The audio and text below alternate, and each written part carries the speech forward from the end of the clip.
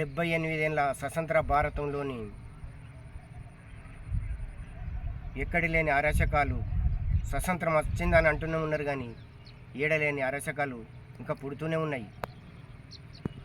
6 ఏళ్ళ బాలిక నుండి 60 ఏళ్ళ అమ్మ వరకు కూడా చెత్త కొడుకులు రేపు చేసుకుంటూ, అవమానం చేసుకుంటూ, మానభంగం చేసుకుంటూ మడ్రలు చేస్తున్న నా కొడుకులను బహిరంగంగా నడి రోడ్డు మీద కాల్చేయాలి.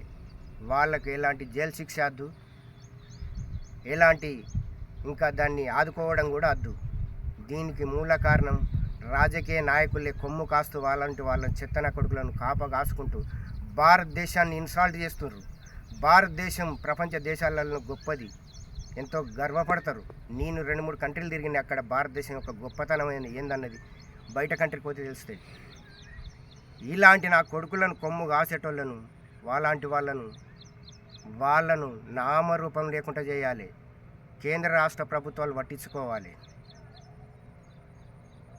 పట్టించుకొని ఇలాంటి మన భారతదేశాన్ని మార్పు చెందేలా, అభివృద్ధి చెందేలా వాళ్ళు అనుకూలంగా పరిపాలిస్తే మంచి పాలకునిగా పేరు వెళ్తారు.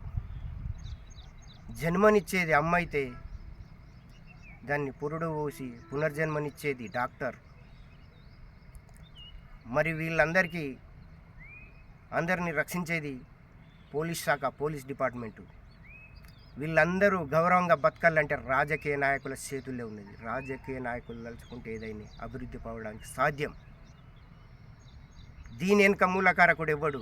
బెంగాల్లో రేప్ గ్యాంగ్ చేసే అమ్మాయిని చంపడానికి గల కారణం ఏంటి? ఎందుకు పట్టించుకుంటలేరు? ప్రతి ఒక్క పురుషుడు భారతదేశంలో ముందడుగేయాలి. కఠినంగా వాళ్ళను బహిర్గతంగా కాల్చివేయాలి.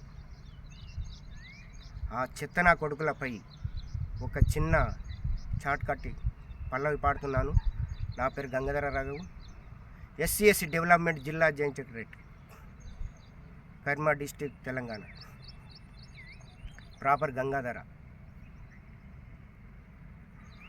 గాలికి పుట్టిన కొడుకువా, గంజాయికి పుట్టిన కొడుకువా, గాలికి పుట్టిన కొడుకువా, గంజాయికి పుట్టిన కొడుకువా, చెత్త కుండల్లోనే పుట్టినావా, మురికి కాలువల్లో ప్రయాణిస్తున్నవా, ఆడవాళ్ళు అంటే అలసెందుకురా, ఆడవాళ్ళు అంటే అలసెందుకురా, నిన్ను కన్నది కూడా అక్క, నిన్ను కన్నది కూడా అమ్మనే నా కొడుక, నీ అక్క చెల్లెన్రు, మా అక్క చెల్లెన్రే, రేపు చేసుటానికి కారణం ఏందిరా,